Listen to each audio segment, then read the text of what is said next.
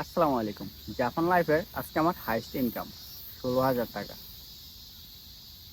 এই ১৬,০০০ টাকা ইনকাম করার জন্য আমাকে প্রায় একদিন ওরকমে থাকা লাগছে এবং কি না খায়া থাকা লাগছে।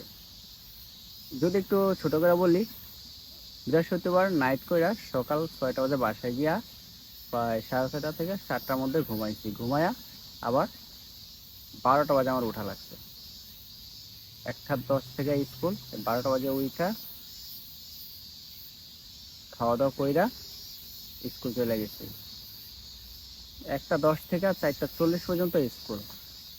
স্কুল শেষ করেই ৫টা থেকে আমার কাজ। ৫টা থেকে ১০টা পর্যন্ত এক জায়গায়, আবার ওই ১০টা থেকেই সকাল ৯টা পর্যন্ত আরেক জায়গায়। শুধু ১০টা বাজে বের হয়ে ১০ মিনিটে একটা দোকান জাস্ট চেঞ্জ করছি, ওখানে ১০ মিনিট লেট হয়ে গেছে। এই ৫টা থেকে একদম সকাল ৯টা পর্যন্ত টানা কাজ, প্রায় ১৫ ঘন্টার মতো। ১৬ ঘন্টা, ১ ঘন্টা ব্রেক টাইম। এই ১৫ ঘন্টা কাজ করে প্রায় ১৬,০০০ টাকার মতো আমার ইনকাম। আর এই ১৬,০০০ টাকা ইনকাম করার জন্য কি শুধু ঘুম আর খাওয়াই মিস হয়েছে?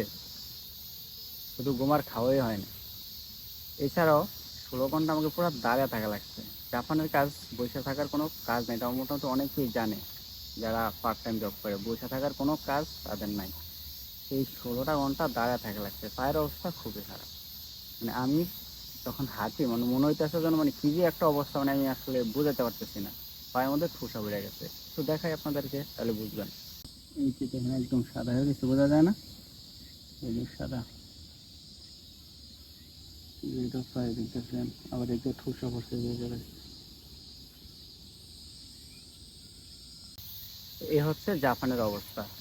এই যে একদিন ১৬,০০০ টাকা ইনকাম, আবার ভাইবেন না যে প্রতিদিন মনে হয় ১৬,০০০ টাকার না। একজন স্টুডেন্ট সপ্তাহে ২৮ ঘন্টা কাজ করতে পারে, এর বেশি করলে সমস্যা আছে। এরকম মাঝে মধ্যে হয় আর কি। আবার দেখা গেছে ৩-৪ দিন কাজও থাকে না, ৩ ঘন্টা ৪ ঘন্টা। এই মাঝে মধ্যে হয়। অনেকেই করে, অনেকে বলতে কেউ যখন আসে না তখন কল দেয় যে তুই আসতে পারবি কিনা, তার জন্য করবো তার একজন যাওয়া আর কি। ঠিক আছে, যখন কষ্ট করতে বলে টাকা আছে।